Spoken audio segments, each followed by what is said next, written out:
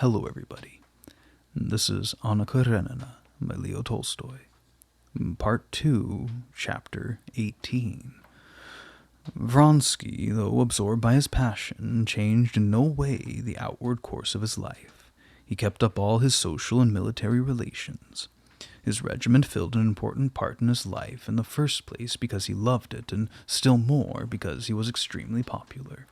He was not only admired, he was respected, and it was a matter to be proud of that a man of his rank and intellectual capacity was seen to place the interests of his regiment and his comrades above the vainglorious or egotistical success which were his right.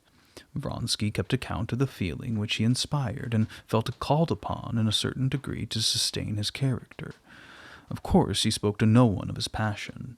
Never did an imprudent word escape him, even when he joined his comrades in some drinking bout. He drank, however, very moderately, and he was wise enough to keep his mouth shut in the presence of those gossiping meddlers who made the least allusion to the affairs of his heart. His passion, however, was a matter of notoriety throughout the city, and the young men envied him on account of the very thing that was the greatest drawback to his love. Karenin's high station, which made the matter more conspicuous.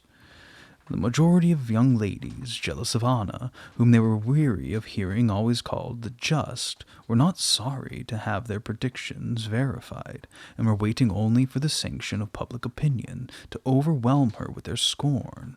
They had stored away, ready for use, the mud which should be thrown at her when the time came. People of experience and those of high rank were displeased at the prospect of a disgraceful scandal in society. Vronsky's mother at first felt a sort of pleasure at her son's infatuation. In her opinion, nothing was better for forming a young man than to fall in love with some great society lady.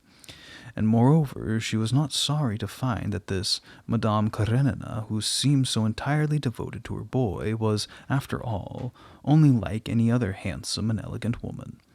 But this way of looking at it changed when she learned that her son had refused an important promotion, so that he might not be obliged to leave his regiment in this Madame Karenin's vicinity.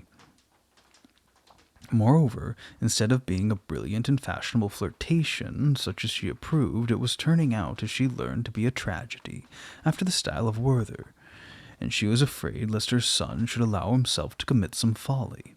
Since his unheralded departure from Moscow, she had not seen him, but she sent word to him, through his brother, that she desired him to come to her. His older brother was even more dissatisfied, not because he felt anxious to know whether his love affair was to be deep or ephemeral, calm or passionate, innocent or guilty.